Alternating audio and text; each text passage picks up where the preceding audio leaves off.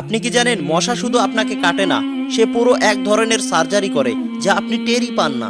Science বলে মশার শুধু একটা সুই নয়, তার মুখ 6টি সুই দিয়ে তৈরি। 2টি সুই চামড়া কেটে দেয় আর 2টি সুই চামড়াকে আলাদা করে ধরে রাখে যাতে পথ বন্ধ না হয়। 5 নম্বর সুই আপনার রক্তনালী খুঁজে বের করে এবং রক্ত পান করে। আর 6 নম্বর সুই দিয়ে এক ধরনের সালাইভা আপনার শরীরের ভিতরে ছেড়ে দেয় যাতে সেই জায়গা সাময়িকভাবে অবশ হয়ে যায়, যাতে আপনি বুঝতেও পারেন না যে আপনাকে মশা কাটতেছে। সেই জন্যই যখন আপনাকে মশা কাটে তখন আপনি সঙ্গে সঙ্গে ব্যথা অনুভব করতে পারেন না, যতক্ষণ না পর্যন্ত সে রক্ত পান করে চলে যাচ্ছে। এত জটিল ব্যবস্থা, এত সূক্ষ্ম নির্মাণ একটি ছোট শরীরের ভিতরে, সে উড়ে এসে নিখুঁতভাবে বসে চামড়া ছেদ করে, সবকিছু এক নির্ভুল পরিকল্পনায়। তাই আল্লাহ তাআলা বলেন, ইন্নাল্লাহা লা ইস্তাহি আন ইয়াযরিবা মাসালাম মা বাউদাতান ফামা ফাওকাহা।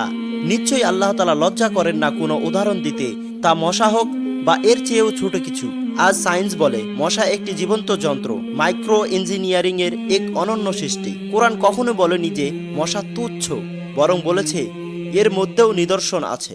যাকে আমরা হাতের এক থাপড়ে সরিয়ে দেই তার ভিতরে আছেও নিখুঁত নকশা, সুনির্দিষ্ট হিসাব। ছোট বলে যাকে আমরা অবহেলা করি সেখানেই লুকিয়ে থাকে সৃষ্টির গভীর রহস্য। তাই ছোটকে ছোট ভেবো না, যা তুচ্ছ মনে হয় সেখানেও লুকিয়ে থাকে মহান স্রষ্টার নিদর্শন।